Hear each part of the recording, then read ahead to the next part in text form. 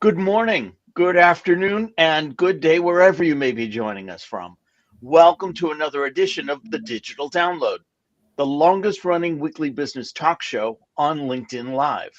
Now globally syndicated on TuneIn Radio through IBGR, the world's #1 business talk, news, and strategy radio network. Today, we're discussing why allyship is just the beginning. We have a special guest, Cohan Daley, to help us with the discussion. Cohan brings a wealth of experience from his work as DEI advocate and leader in the tech space.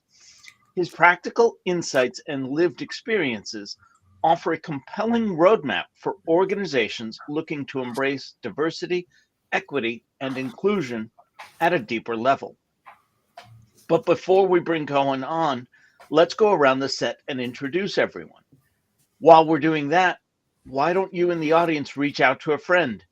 Ping them and have them join us.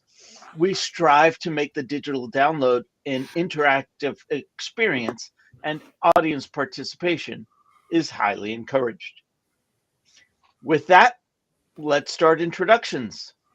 Tim, would you kick us off, please? Thank you. Welcome, everybody. My name's Tim Hughes. I'm the CEO and co-founder of DLA Ignite, and I'm famous for writing the book, Social Selling, Techniques to Influence Buyers and Changemakers. Excellent. Thank you very much, and welcome. Bertrand. Hi, everyone. My name is Bertrand Godillot. I am the founder and managing partner of Allyship & Co., a very proud DLA Ignite partner, and I'm so glad it's Friday. Amen to that. Thank you. Tracy. Hello, everyone. Good morning. Tracy Borison from TLB Coaching and Events, your friendly neighborhood marketers, where we help people do marketing right. Also a proud partner of DLA Ignite. And I am super excited for this conversation today. I expect to learn much that I can hopefully take away and bring back to the world. Fantastic. Thank you. Adam.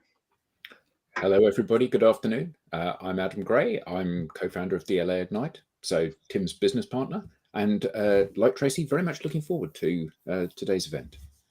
Excellent. And myself, I'm Rob Durant. I am founder of Flywheel Results. We help startups scale. And I, too, am a proud DLA Ignite partner. As I said, this week on the Digital Download, we'll speak with Cohan Daley, founder of the Equity in Tech Group. He will share insights from his journey as a first-generation British Jamaican and his work in transforming organizational cultures. Let's bring him on. Cohan. Hey, Cohan. Good morning and welcome. Cohan, we've suddenly lost your audio. No, I was on mute. There we go. I'm actually a little bit more organized. This is my third podcast in about 2 weeks. My first one, I was using my AirPods, awful quality. But now I have a mic, I have a headset, I have a mute button. I should be crystal clear. Fantastic. As long as you're not on mute. Yeah, you're right. Exactly. Absolutely. I was hoping during COVID, I was actually going to get a T-shirt saying you're on mute. Because I say it to my teams constantly, but I never got around to doing it. But it's definitely someone out there should definitely create that tee. It'll work. Oh, that's so 2020. Yeah, it's old school now, right? Exactly. Still, we're doing it. Yes. Cohan, let's start by having you tell us a little bit more about you, your background, and what led you to where you are today. Sure. So I guess I'll start with Equity and Tech Group, really. I was made redundant earlier on this year in February for the 5th or 6th time. And I realized that actually, where am I going in my career? What am I doing? And I guess I was driving or pushing for title, for salary, and those types of benefits without actually feeling any contentment or any happiness. So the more I grew, more I got higher and more senior, got to board level, looking after entities or countries, closing millions and millions of dollars, and felt absolutely nothing at all. I'm fortunate enough to be in the Salesforce ecosystem, and their Talent Alliance and Careers cohort approached me and said, look, we're going to do a black cohort for the first time, which is when they get underprivileged groups the opportunity to get into tech through certifications, coaching, and mentoring. I was like, great, I'll run that cohort for you. I did that, and it's a pro bono gig, and I got more from that than anything I've done in my whole career. So all of a sudden, something went off and was like, wow, I found my why. I actually know what gets me out of bed in the morning. It's not money, it's not title. It's actually helping people. It's helping people from groups that look like me, where I've struggled, found it a challenge, and kind of been on an uphill battle with my mental health and just trying to exist in tech. It's very much a difficult thing to do. So I found my why, and I started Equity in Tech Group to do that. Our mission, FY25, is to get 1,000 people from Africa or Jamaican heritage into tech. And I guess to support that, I've got lots of different roles. So being in sales for 28 years, I have built lots of partnerships, whether I'm a co-founder or a non-executive director or brand ambassador. So I do that through either fractional roles as a fractional CRO. I do that either with companies like Sidewave, who have got an incredible platform for digital assets and Web 2, Web 3, etc.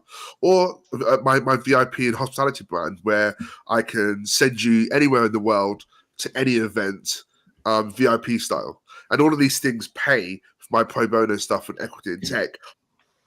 Hopefully, next funding and get grants that will enable us to do even more and really change the status quo and help even more people into tech, which is kind of what I'm trying to do. Fantastic. Yeah. Thank you for that. So let's start the conversation with a foundational question. What do you mean by allyship? Okay. So without allyship, I literally wouldn't be in the position that I'm in today. So allyship is kind of raising your hand and doing things. It's kind of being uncomfortable, if that makes sense. So being comfortable, being uncomfortable. Often in the workplace or even in life, we see things that we know instinctively are wrong or doesn't quite agree with us, and we often don't say anything. Allyship is stepping up for people that can't step up for themselves or aren't able to without any consequences to you or to them. And for me in particular, allyship has been really through my career, I've had allies. So either someone in a senior position that I've worked in, or someone that saw something they didn't think was right, or how I was treated. And allyship meant that I could use them as a confidant. I could use them to kind of chew the fat about how I felt. They would help me move roles or get other opportunities without anyone knowing. And these people often aren't in HR or even your management. They're just people that see something to think, you know what, that's wrong. Like, I want to help. I use allyship in different ways. I'm an ally for women in tech, for example. I'm an ally for people from all underrepresented groups. Not necessarily, I don't speak for them, but I definitely will give them a platform or support them. So sometimes people get that mixed up. And I'll give you an example. I was working with, because we know often in employees, the DEI person will be someone that's gay or someone that is not white, and they just put you in this group without any kind of understanding of what that means. So me and this gay chap were in this group, and he was so passionate about supporting me, he was trying to make me celebrate Black History Month on the wrong day. So in the US, it's in April, March time. In the UK, it's obviously in October. And he was so passionate to try and help me, but I was like, dude, this isn't when I celebrate it. That's the American month. But he got really upset, but that's where allyship went too far, because he was really, not understanding, the root causes of it and what he was trying to do, but he meant well. Does that make sense? Yeah. Absolutely. So if I'm hearing you correctly, what I hear is an ally is somebody who is supporting you. Yeah. Maybe even encouraging you, but they're typically not from the same group that represents you. Exactly that. Okay. Yeah. That's why it's so important to have allyship, because if you're in a country where you're a minority, or if you're in a group where you're the minority, without allyship, you're pretty much on your own. And that can make the office or work environments really tough, because you're already trying to go uphill anyway. And without allyship, it's even harder, because you're even more isolated, and you're even more unable to do, what you do best, because you're inhibited to be yourself. And that goes nicely into covering, which we'll talk about later on. So allyship sounds pretty good. It sounds like, people, for a simplistic term, and maybe not even the best term, but the one that comes to mind, people coming to your defense, people supporting you. Yeah, I mean, it's not easy, right? Because sometimes, it's like almost going back to school, right, or uni. You get these kind of cults of groups that run the office, or everyone goes to lunch with this person, or everyone plays golf with this chap or this girl, and you kind of get these hives.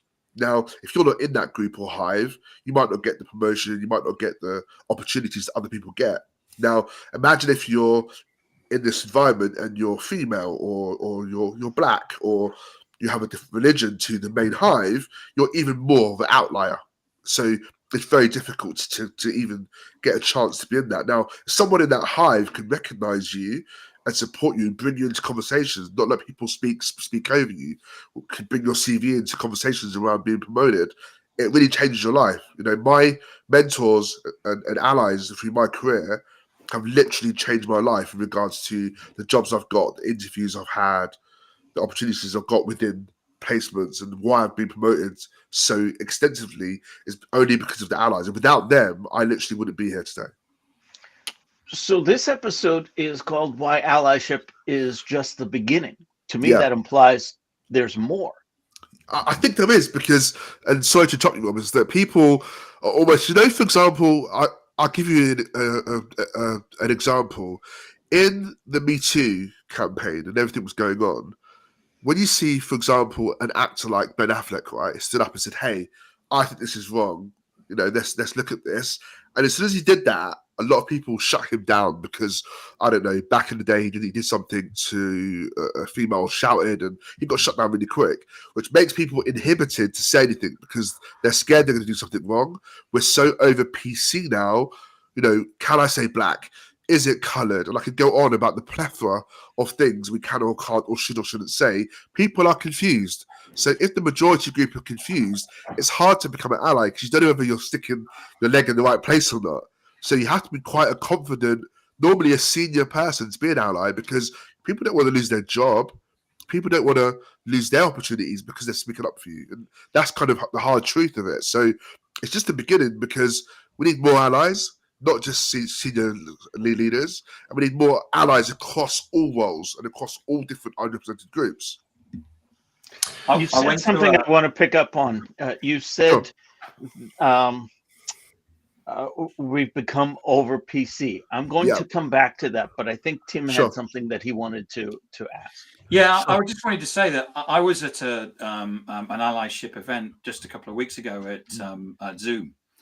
And it was really interesting, because there was one of the people on the panel. She was black, and she was probably about my age, and she said that she was incredibly successful, and she said that every single step in her journey that got her to where she was today, she'd been supported by a white man. Yeah. And I think that quite often what happens is that gets lost in the discussion about DEI. Because we think, the conversations are a lot about positive discrimination and stuff like that, and I think that what white people forget is that actually we have a job to do to enable to bring everybody up to our level in terms of the privilege that we've had in our lives. Yeah, I mean, Tim, that's a really it's a difficult conversation to have. And there is lots of variables around that, and how comfortable someone is in their own skin, and also how they've been raised and their education. A lot of it is based on ignorance and people being naive, and not people that are cruel or that want to hurt people. Often it's just about people that understand. And that goes into, put your hand raised and then getting it burned, and you put your hand down again. And I don't think that the white people have a job or they have to do anything. I think it's around any person from a minority group that I know don't want the chance because they're from a minority group. We just want to be at the table. We just want the opportunity. So we don't want extra chances or handout.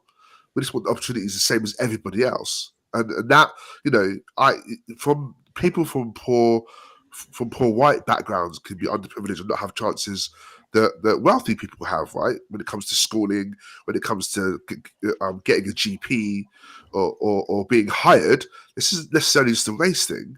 So, being an ally, you can be an ally even if it's peer-to-peer, white to white, right? You see someone that is not being treated correctly or bullied or not having the same opportunities, it's just stepping up and doing the right thing based on your conscience, regardless of if it affects you or not, which is hard to do because in this climate, right, we see thousands of people being laid off, thousands of people that are unemployed. I was recently doing a DEI talk at an organization, and there were only 2 black employees that worked there. One of them had very much a mental health disorder, and the other one felt really guilty because she felt like she couldn't support her because she didn't want to get fired. So she just didn't say anything. And she felt absolutely awful about it. But also she's like, I'm a single person, I've got my own mortgage.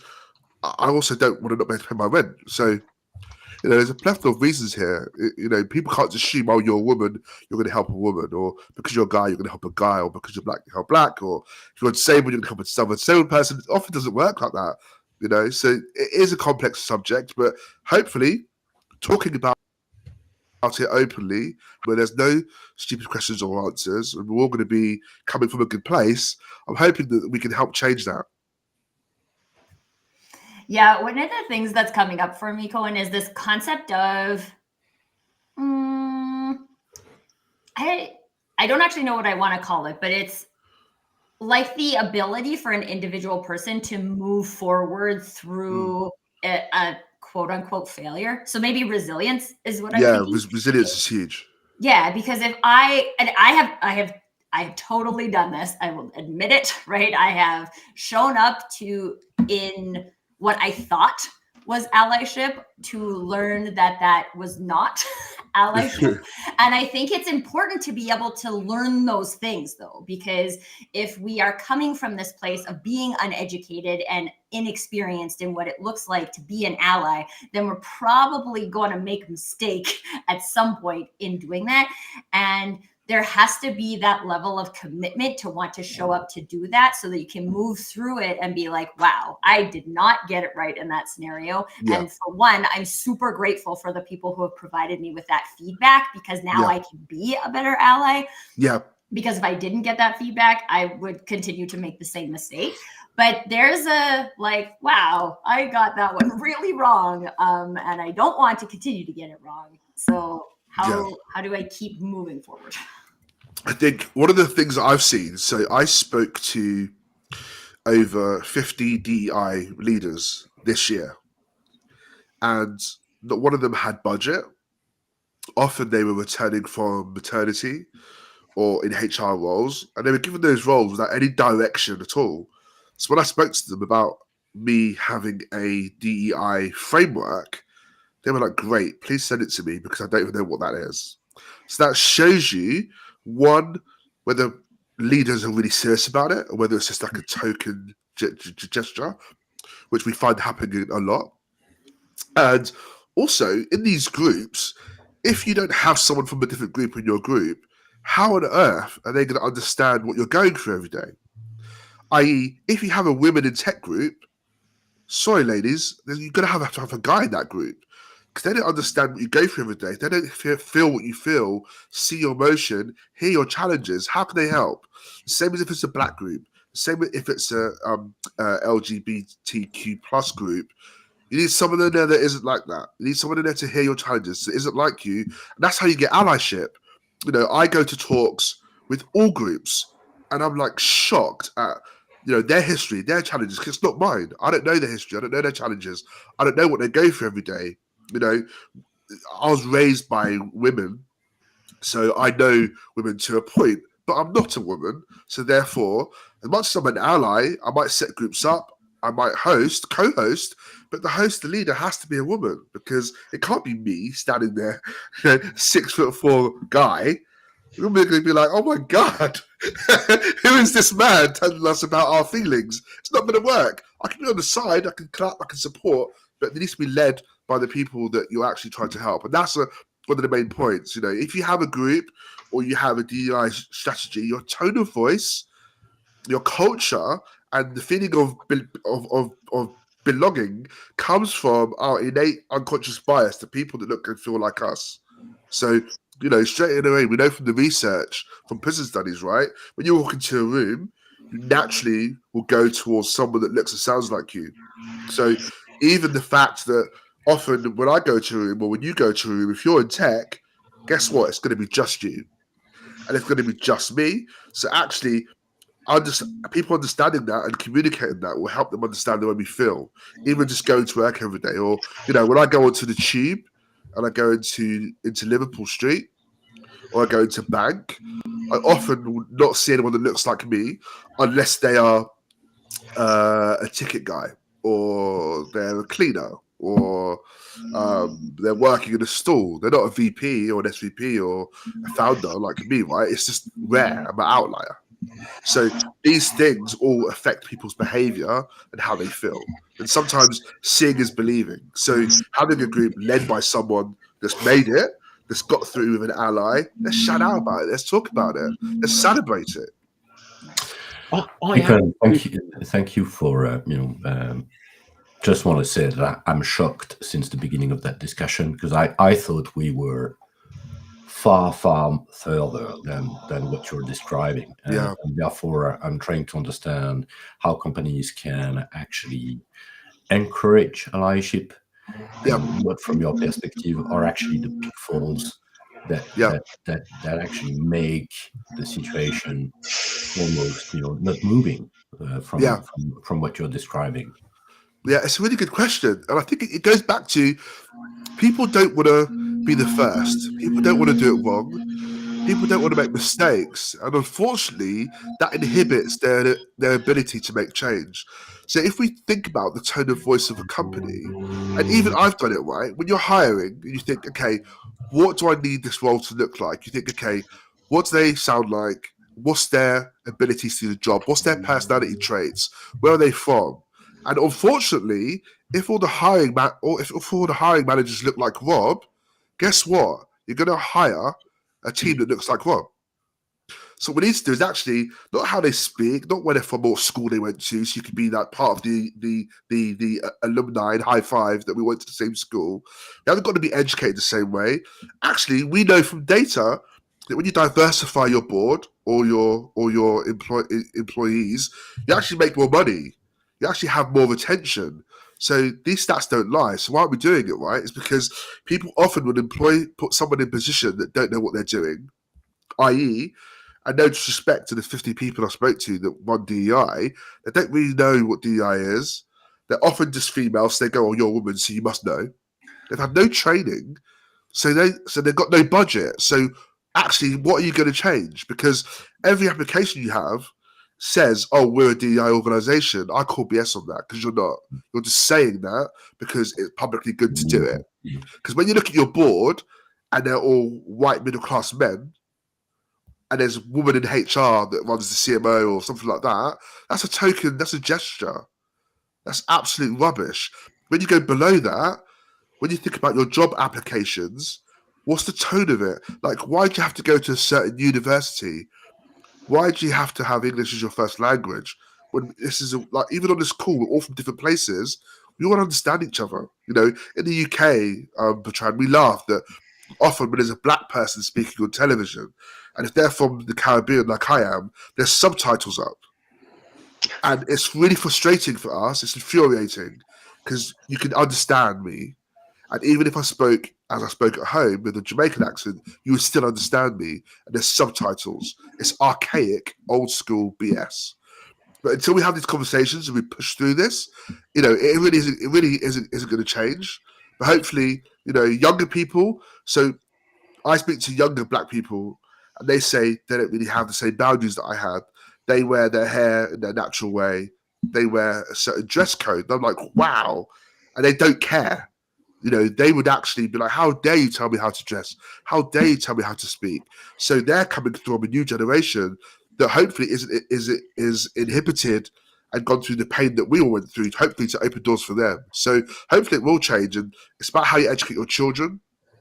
Someone asked me recently, you know, why don't you see colour? And it's because when I was growing up, and it's still to this day, I have an aunt that's white. I have an uncle that's white. I have an aunt that's Indian. I have aunts from, you know, that's Welsh. My auntie lives in Wales.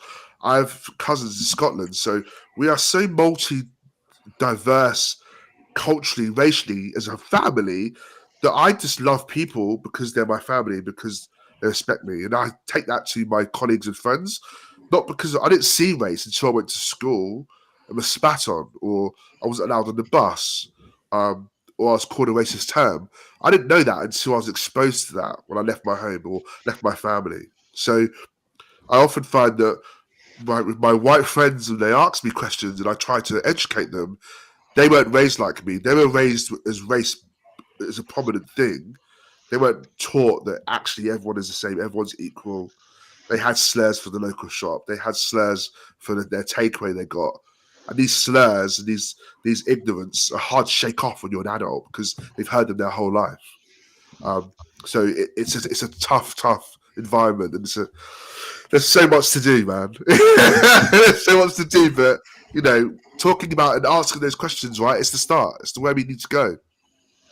You said about allyship earlier, and I think that one of the things that if we look back to a prominent example of a lack of allyship would be Harvey Weinstein and what went on in Hollywood and how nobody stood up for the women that were abused by him. Yeah, I think that everybody can look at that and say, well, we don't want to go back to that place.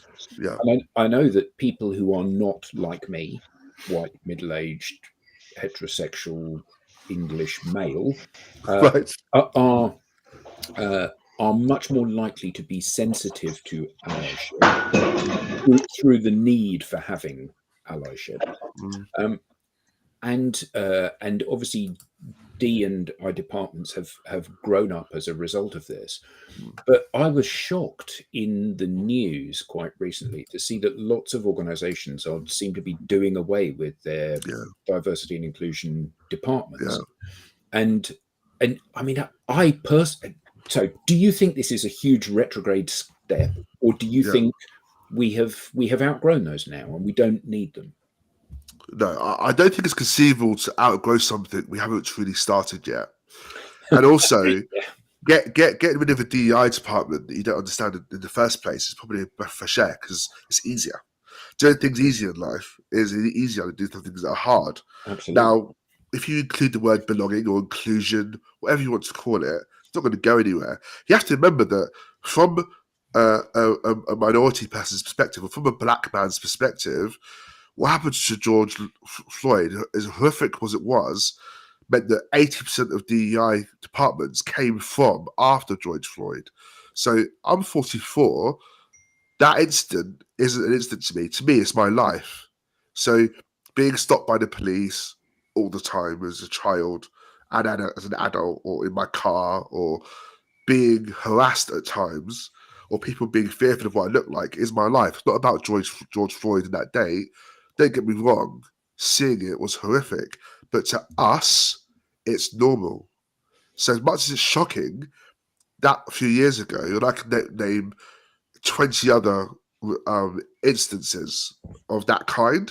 It's just that one was so bad, and maybe because of COVID at the time, it propelled the world, but so much so, there's a lot of it's fake. So all of these DEI departments that aren't real, they're changing them because they don't really understand what they're doing, because they're not having real conversations. And also, sometimes it's just hard. Listen, I'm not going to go back and say about what white people have done or not done, or black people have done or not done. And there's so much confusion about racism and where it stems from. Last night, I was speaking to one of my friends I've known for 30 years, and he said to me, "Really, Co? Why are you talking about race all the time?" I'm like, "Okay, England football team.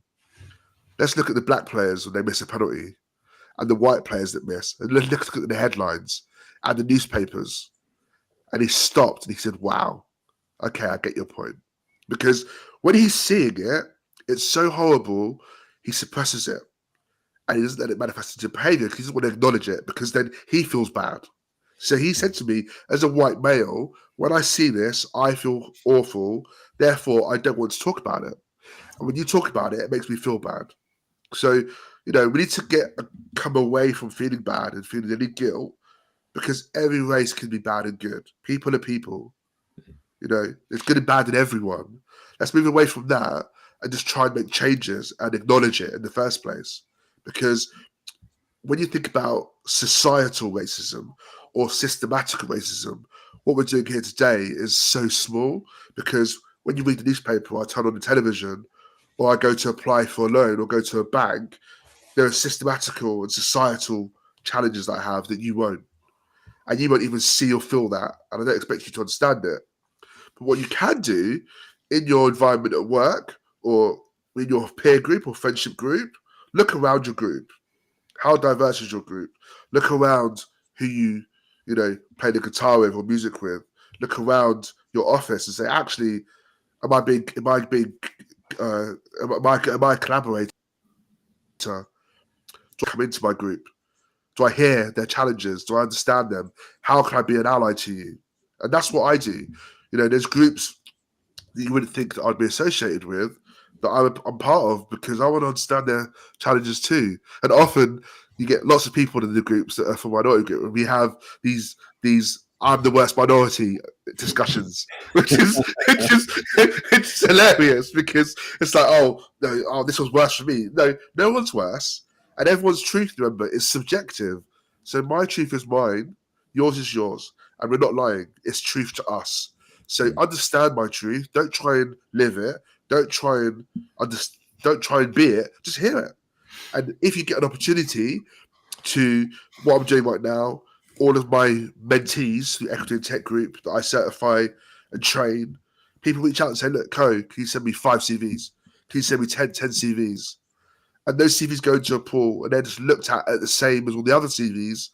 And half of them have got jobs. 3 of them have been promoted. One of them is now a director. Just because someone reached out to me and said, can I have a CV? Because these CVs don't get through. Because, I'll give you an example. I was working with the director and there wasn't enough rooms in the meeting room. So I was facing him, but his laptop was facing the other way. He was interviewing someone. I could hear the person, but I couldn't see them. When the interview ended, he said, that person isn't going to work.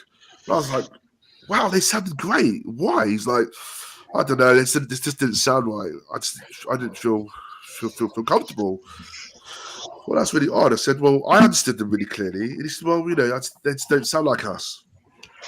And I said, interestingly, I said, well, what does us mean? And he paused. He said, well, actually, okay, you didn't sound like me.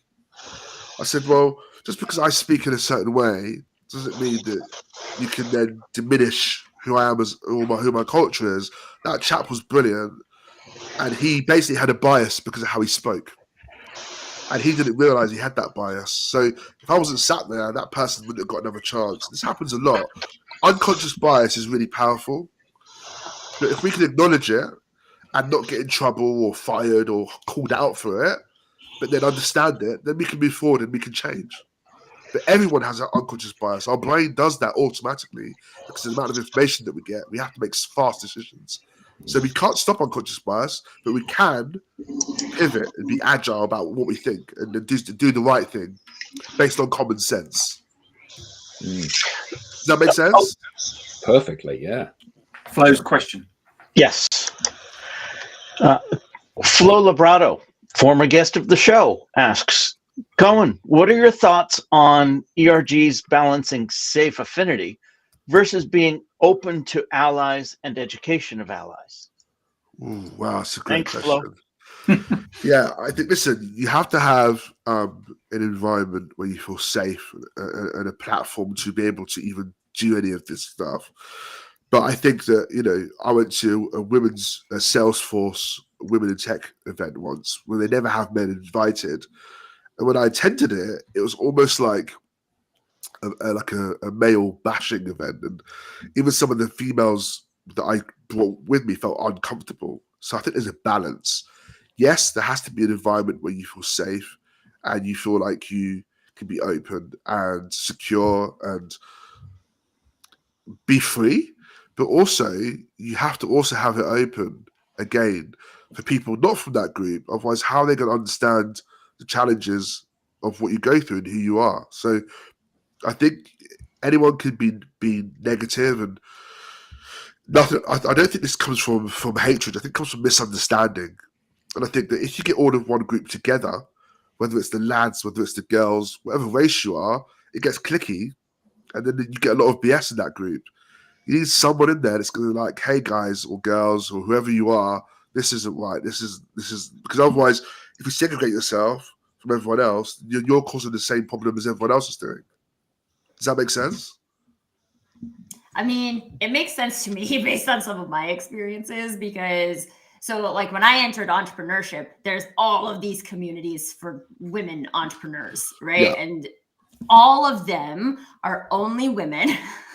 And like, sure, it's kind of like a BNI thing. They're just all working together to give each other business. And that's one thing. But if we're actually going to forward the conversation of women in tech or women in leadership or things like we can't keep this in a silo. We have to open it up.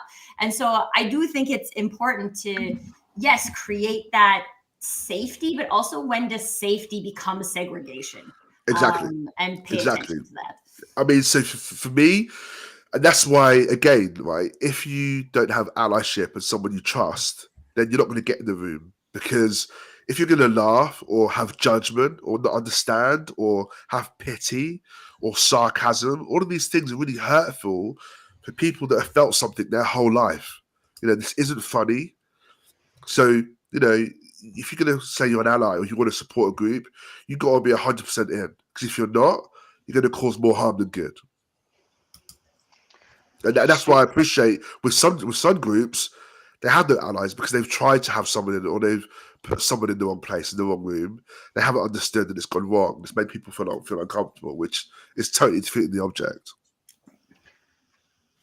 Picking up on the over PC idea that we had touched on earlier in the show, about a half an hour before we came on the air, I had come across an article in my daily news feed, and I sent it to Co. And it was Walmart pulls back on DEI. Could we see more companies adopting MEI? MEI stands for Merit, Excellence, and Intelligence. And while on the surface, that sounds reasonable, even as an ally, I'm picking up on where they're missing the point with that. Well, I think it's like Co's example is a perfect example of how that doesn't work, because in that interview, that guy, like Co, heard the merit and the intelligence, and the other guy didn't because of his unconscious bias. So yeah. Well, also, if I was being really pessimistic, the IQ test actually is racist in the first place. So what are you measuring IQ on? And I could go on and on, right? And listen, there is a lot around how you hire someone. So I speak to VCs at the moment around the same old board that they get to restart these companies. And we have these fractional services. We're a fractional CMO, fractional CRO, and legal. We're all different races, different sexes, etc. But our diverse board could really propel them differently and give them a different opportunity, right? They always use the same people all the time. So there is a lot around actually going through hardship, going through trials and tribulations, make you a good leader because you understand what it's like to go through something that's difficult or painful or confusing, and actually makes you better at dealing with stress. So these are all good things that we all go through that we could bring to the board or bring to opportunities. But you know, how you measure something is always the problem. And every test, because they were created at a time of ignorance or misinformation or miseducation, every merit or personality trace test or education test often uses language or words that are for white or Caucasian people and nobody else, especially men. Therefore, they always score higher than everyone else. So if the testing isn't fair, and you're using that as a test, again, you're not giving us the same opportunity. So that article is the biggest BS, without swearing, frustrating thing I've seen. But I understand that, listen, I have friends that say, I don't want to hire someone just because they're a woman or because they're black or because they're not straight. And I'm like, no, you're not understanding the point. These people don't want to be hired because of their creed or their sexual orientation. They also want to be given the chance. And when they get that chance, they don't want to be treated differently because of that. That's the point. They're not being treated any differently from your other colleague that looks like you. That's the point here. Not given the opportunity because they've got a different sexual orientation or because they're a woman. It's like, no. Look at every single organization in the world and look at what roles the women have. It's an absolute joke. Let alone look at the roles they have and look at how they're paid. That's why people don't publicize their earnings. That's why people don't publicize their DEI stats. Because guess what? They don't have any. Or the women aren't being paid the same as men. When you think about in the UK, actually in the world, the highest suicide rate is between 25 to 35, and it's men, young men, let alone people of minorities, even higher in black men.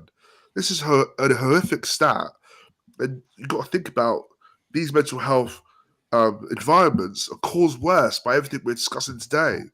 Because of how you're treated by your peers, by how you're treated in your job, how you're treated by, when you think about the stats around people of colour when they go to the GP or they give birth, there's higher death rates with women of colour than non-women. Like, guys, this stuff has to stop at some point because it's not helping anyone.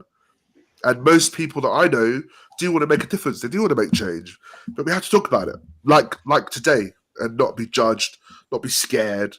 And this is a great opportunity. So, yeah, I thank all of you guys so much.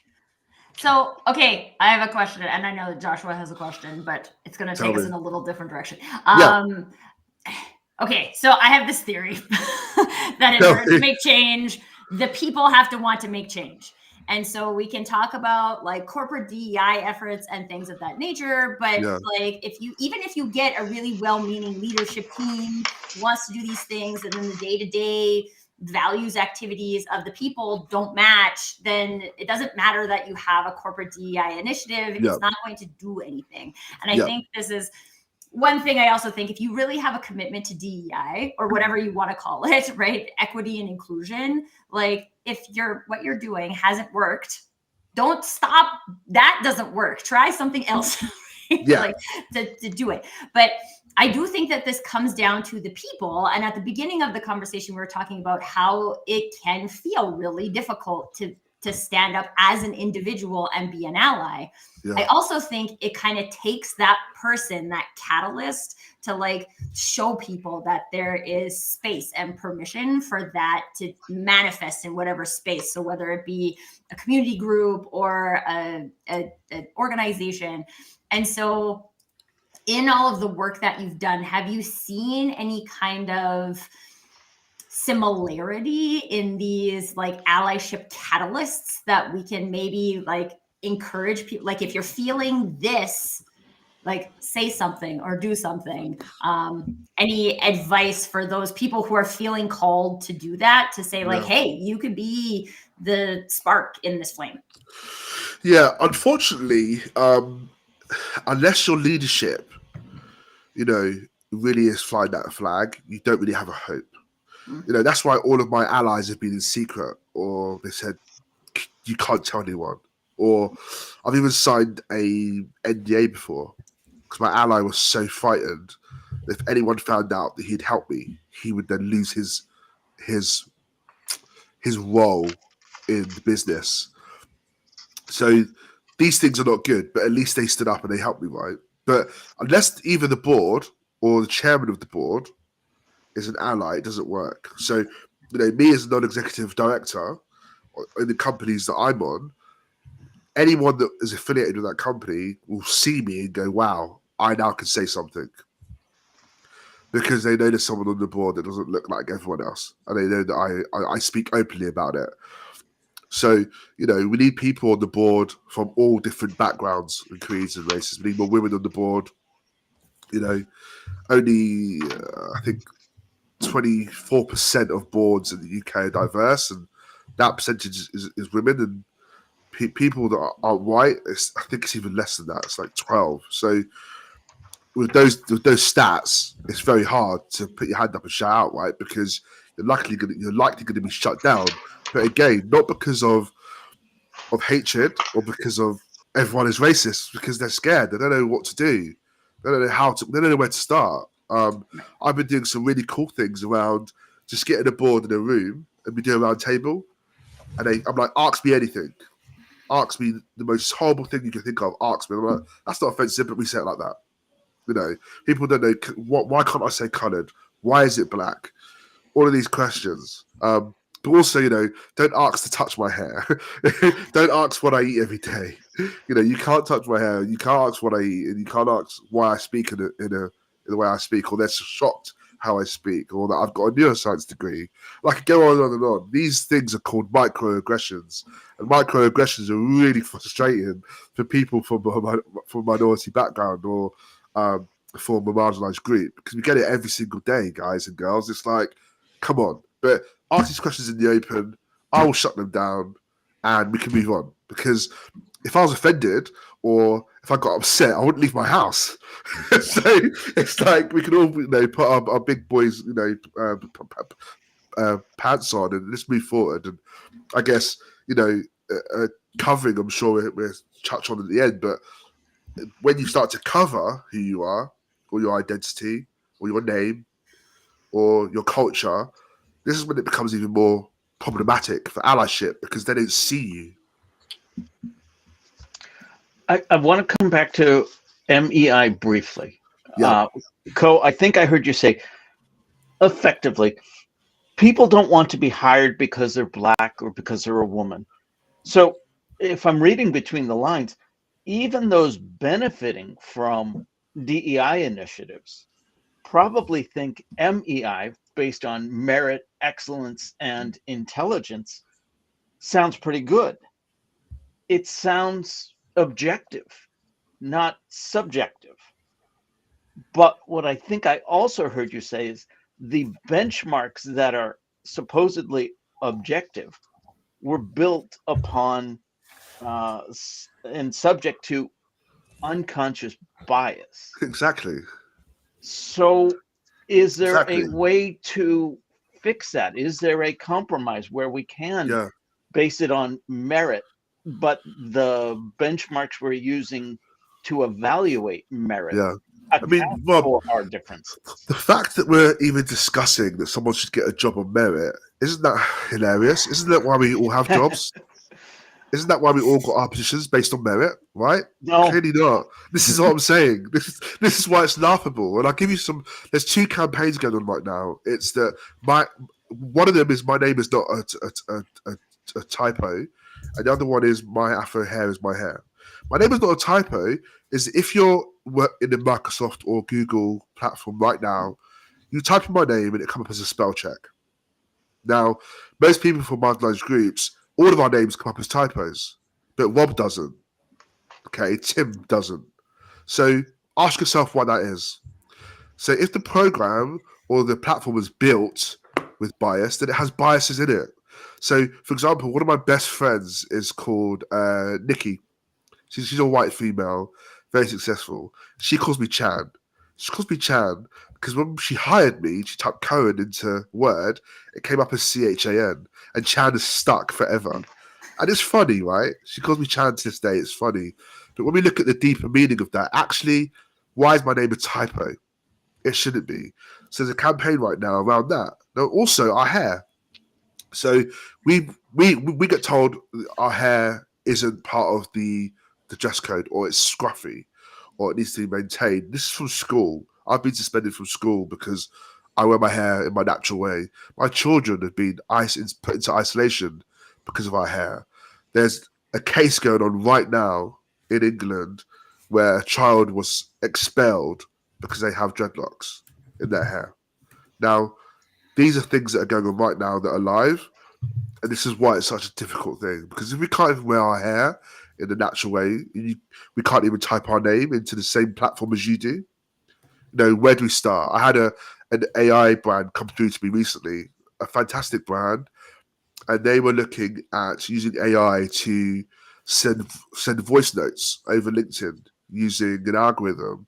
I was like, great, but what voice would you use, and also what names could it pronounce? And he was like, we've tried it and tested it on loads of names. I was like, great, type my name in. Guess what? It can't say it. Okay, type in 20 other names. Guess what? It can't say it. Now, this chap was an entrepreneur. He wasn't racist. He wasn't a bad person. He was just ignorant to the fact that not everyone sounds and looks like him and has different types of names. If you're going to have a global platform and product, especially with AI, we all have to have our names. We all have to have AI, the capability to look like and sound like us. Because I'm not going to send a voice note out sounding like he speaks. I'm going to sound like me. So, with all of these issues and challenges, it's very tough. I just want to share quickly that Gloria Tabby, a friend of mine, did a great TED Talk on hair discrimination, if anybody wants to dive into that. It's a whole nother level of subjects, a whole nother hour. Yeah. Which most people just call me like, what's up with hair? It's like, it's a big thing for us. We only have a few minutes left, but we have a great question from the audience. So Sure. If you could give us the high-level answer, that would be great. We Absolutely. have Joshua Williams asking, Co, what is your 5-year vision? What does it entail? 5-year vision in regards to what, Josh? Let's take it as an open invitation to share with Allyship, us. D&I. Yeah. Where is Allyship going? I think we're not in. It's not all like doom and gloom and negative. The fact that I'm on this platform now, I'm speaking about it, the fact that how engaged you all are, as much as you can be surprised, and that's a good thing, because then you're going to have more conversations. You're going to have conversations with your peers, even with your friends that maybe are non-white. You're going to say to them, "Hey, how do I pronounce your name? Am I pronouncing it wrong? How do you like to wear your hair?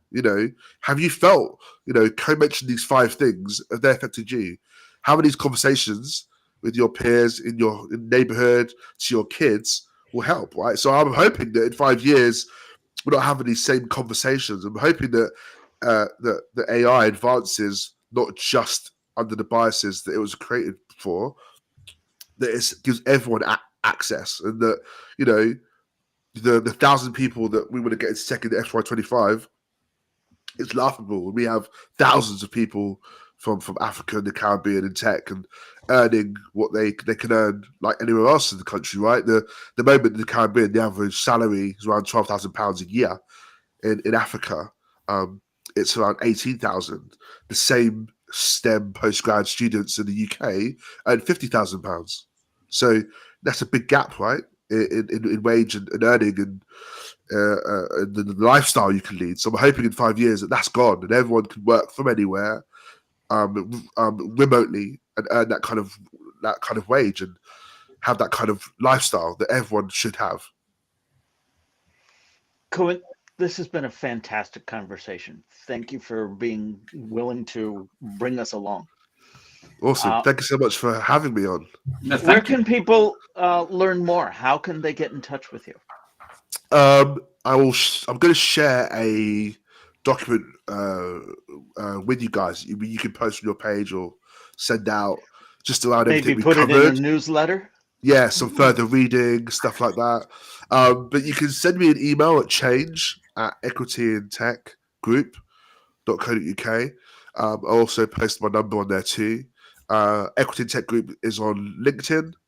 Or if you type Cohan Leon, Cohan Leon into LinkedIn, I'm the only Cohan Leon Daley. So it's not hard to find me on LinkedIn, even though there's 60 million users.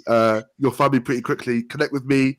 Happy to chat. Happy to any speaking engagements, any thought leadership. Also, we have a DEIB framework that is pretty good and robust, and we can help you with your tone of voice and really help you change and diversify the business that you're in. Excellent. As alluded to, we now have a newsletter. Oh, awesome. Don't miss an episode. Get show highlights, beyond the show insights from our panel and our guests, and reminders of upcoming episodes. You can scan the QR code on screen or visit us at digitaldownload.live/newsletter. On behalf of the panelists, to our guest Cohan, and to our audience, thank you all for being a very interactive part of today's episode.